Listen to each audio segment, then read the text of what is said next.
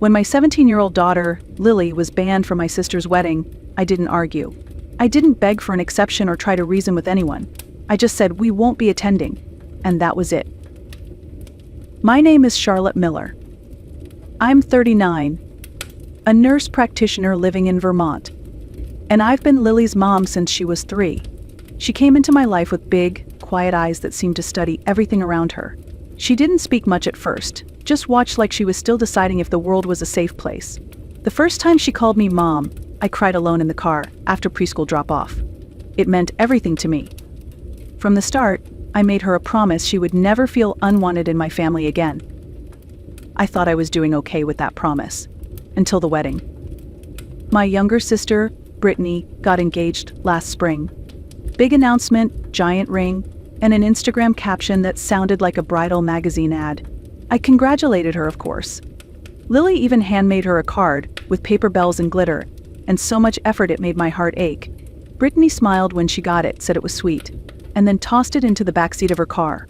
I found it there weeks later, half crushed under a fast food wrapper. But Lily stayed excited. She kept looking up dresses online, asking if she should wear her hair up or down, wondering if she'd get to help with decorations. I could tell she was hopeful, nervous but hopeful. Then the invitation arrived. It was one of those heavy, glossy envelopes with gold trim. I opened it at the kitchen counter while Lily was doing homework at the table. It listed all the usual details: date, time, dress code. Then my eyes landed on the line that shifted everything. Adults only. 18 and over. Strictly enforced. No exceptions. I read it twice. Lily must see my face change, because she looked up from her notebook and asked, "She doesn't want me there?" I answered, "It's an 18 and over wedding." My voice was calm, but my hands were trembling. She was silent for a moment, then asked, "Is it because I'm adopted?" That question cracked something deep inside me. She didn't ask it with tears or anger, just a flat, tired tone, like it was a fact she'd long suspected. I said no, absolutely not. But I knew what she meant. I knew exactly what she meant.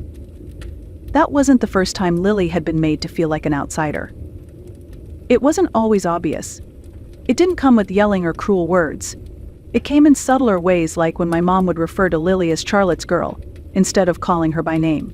Or when Brittany would say your daughter, like Lily was some neighbor's kid tagging along, not her niece. I kept hoping it was unintentional. That maybe they were still adjusting. That if I explained enough times, smiled enough, stayed patient enough, they'd come around. But the signs kept piling up. Like the time we showed up to a family dinner and Lily offered to help in the kitchen. No one acknowledged her.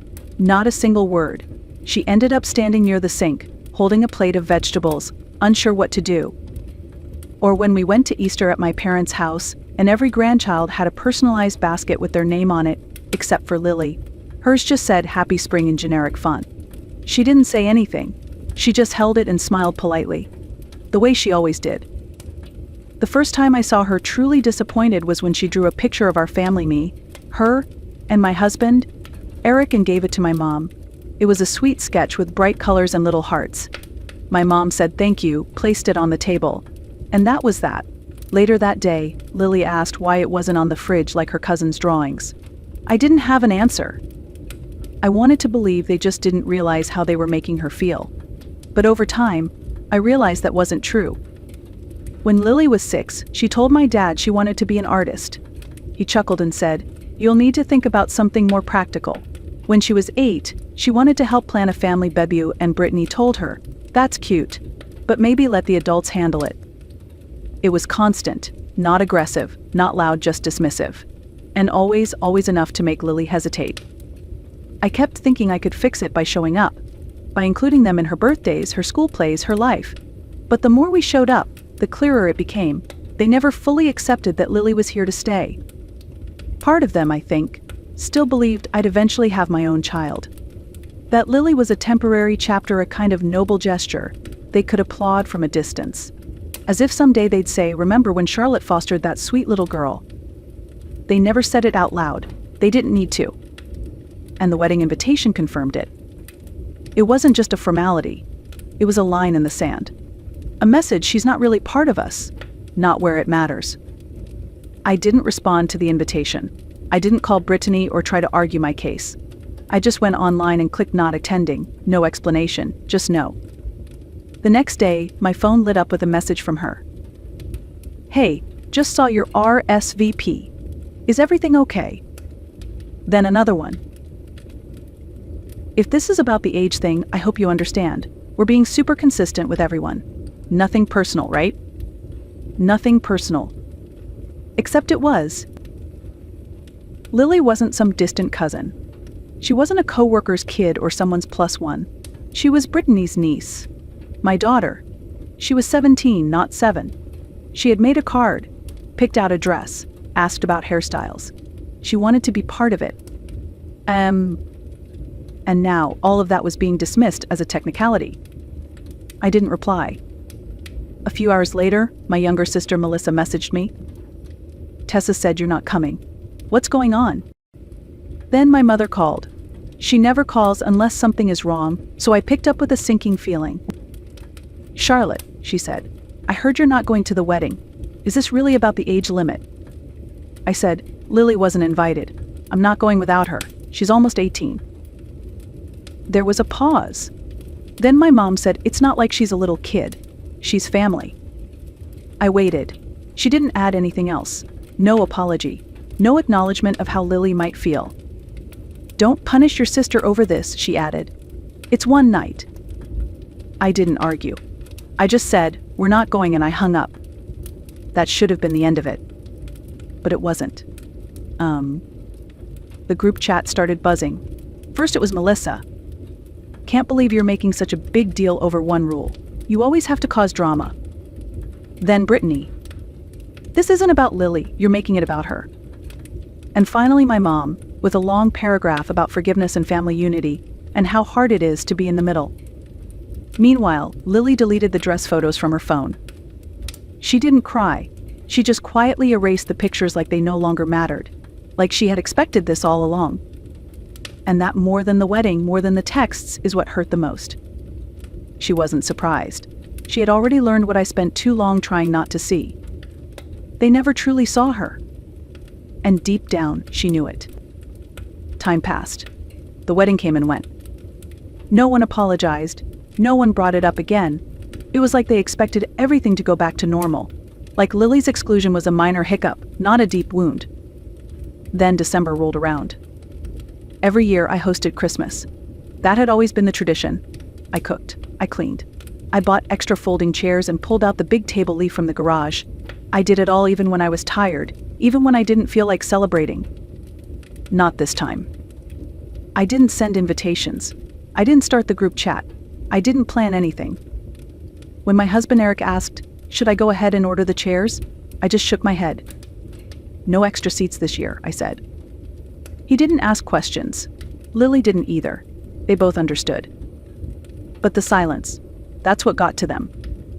Around mid-December, the messages started rolling in. Melissa. Hey, are we still doing Christmas Eve dinner at your place? Let me know what I should bring. Brittany. Of course. We'll be 5 again. Let me know if Lily wants anything special this year, if she's even going to be there this time. That one almost got me. If she's even going to be there this time. As if Lily had chosen to miss the wedding. As if her absence had been some dramatic teenage tantrum instead of a deliberate exclusion. I didn't reply. Not to that. Not to any of it. For the first time in years, I didn't scrub the floors or decorate the mantle or stock up on wine. I didn't pretend. I didn't perform. And when they didn't hear back, they started calling. First it was my mom. I let it ring. Then Melissa. Then Brittany. Eventually, my dad left a voicemail. Charlotte, we just want to know what's going on. Your mother's upset. It's not too late to do the right thing. The right thing. As if the right thing was welcoming people who had excluded my daughter. As if feeding them dinner would erase the pain they never acknowledged. So no, we didn't host anyone that Christmas. Instead, we made lasagna in our pajamas. Lily baked sugar cookies in strange little shapes that barely held together. We watched movies, we laughed, we opened presents early, no one walked on eggshells. No one translated passive-aggressive comments. No one fell silent when Lily entered the room. It was quiet. peaceful, whole. And that's when I realized something. All these years I had mistaken tradition for love. I had confused obligation with connection. I thought that hosting meant I mattered. That being the one who held everything together made me part of something. But that Christmas, without the noise and the pretending and the weight of forced togetherness, I saw it clearly. Peace isn't quiet because nothing is wrong. It's quiet because nothing's being ignored. It was a few days after Christmas when it happened. Lily was curled up on the couch under her favorite blanket, sketching in her notebook. She always drew when she needed to process something, people, feelings, moments that were too big for words. I was folding laundry in the same room when she paused, pencil hovering over the page. Without looking up, she asked, "If I wasn't adopted, do you think they'd like me more?" My hands stopped moving. The question hit like a weight I wasn't ready for. I sat down beside her. "Sweetheart," I said gently, "they might have pretended better. But the way they treat people who aren't like them, that was never about you." She looked at me then, with those same big, serious eyes she had when I first met her. The kind of look that feels older than her age. A look that says she sees everything, even the things no one wants to admit. "I don't think I want them to like me anymore," she said. It wasn't bitter. It wasn't angry. It was calm. Final, like a choice she had made to protect her heart. And that was the moment I stopped waiting for an apology. I had spent so long trying to keep the peace, making excuses, hoping they would come around if I just stayed kind, stayed patient, stayed small. But my daughter wasn't small. She was strong. She was clear. And if she had the courage to draw a boundary, then I would have the courage to hold it. A few days later, my father called again. I didn't answer. He texted instead. "Your mother isn't sleeping. She feels like she's lost you. We know we messed up, but that doesn't justify shutting everyone out. That's not who you are." I stared at that message for a long time. That's not who you are. For a while, I used to wonder the same. I used to question whether I was being too harsh, too sensitive, too cold. But I think this is who I am. I'm someone who finally understands what she will and won't tolerate. I'm someone who knows that keeping peace at the expense of her child's dignity isn't love. It's fear, dressed up as loyalty. And I'm done being afraid. Then came the final blow. It was a voice message from Brittany, one of those carefully measured recordings where every sentence was wrapped in sugar but carried a blade underneath. "I just think it's sad, Charlotte. You always made such a big deal about how much you love Lily, but now it feels like you're using her as a shield. Like anytime someone doesn't treat her like royalty, you cut them out. That's not healthy. That's not parenting. That's obsession." I didn't listen to the rest. I deleted the message and blocked her number. Because if loving Lily fiercely, completely, without apology is considered an obsession, then so be it. Yes, I am obsessed. I am obsessed with showing my daughter that she deserves to be included, that she never has to earn love by being quiet, or polite, or easy to ignore, that she should never mistake tolerance for acceptance. I'm obsessed with protecting the one person who needed me the most, the one who never got the benefit of the doubt, the one who had to prove she belonged in a family that claimed to love her but never showed her how. And no, I don't regret it. I regret the years I stayed silent. The holidays I invited people who treated her like a guest in her own home. The birthdays where she smiled while others barely looked at her. The thank yous she said to people who didn't bother learning her favorite color, her hobbies, her laugh. I regret every time I tried to keep the peace instead of standing up for her. But not anymore. Lily doesn't ask for much. She never has. But what she needs, what she's always needed, is a mother who chooses her every time. And that's exactly who I am. I'm not the keeper of family traditions. I'm not the peace negotiator, the event planner, the one who smooths things over so no one feels uncomfortable. I'm Lily's mom. And if that means closing the door on people who can't see her worth, then I will close it, gently, quietly, but for good. Because this isn't about revenge. It's about love. Love that doesn't shrink. Love that doesn't apologize for existing. Love that says you matter, and I will never let anyone make you feel otherwise. The new year came quietly. No countdown, no noise, just the three of us, me, Eric, and Lily sitting around the fireplace, playing a board game she got for Christmas, laughing at how bad we all were at it. And in that quiet, I finally felt something I hadn't felt in years. Relief. I wasn't waiting anymore.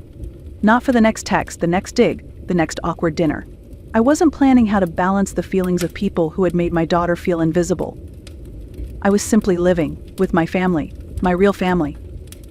Looking back, there were so many moments when I could have spoken up louder, sooner. But healing doesn't always come with a grand speech. Sometimes it comes with one small change. Like saying no. Like not setting out extra chairs. Like letting the silence speak for itself. And when I think about Lily's question, do you think they'd like me more if I wasn't adopted? I still feel the weight of it. But I'm proud of her answer. I don't think I want them to like me anymore. Because that wasn't bitterness. That was clarity. That was her learning the most important lesson I could teach her. That love isn't supposed to hurt. That it doesn't ask you to earn your place. That it doesn't disappear when you make people uncomfortable by simply existing. So if you're listening to this, and you've been there if you've ever had to choose between peace and pretending it's okay to choose peace. It's okay to stop explaining.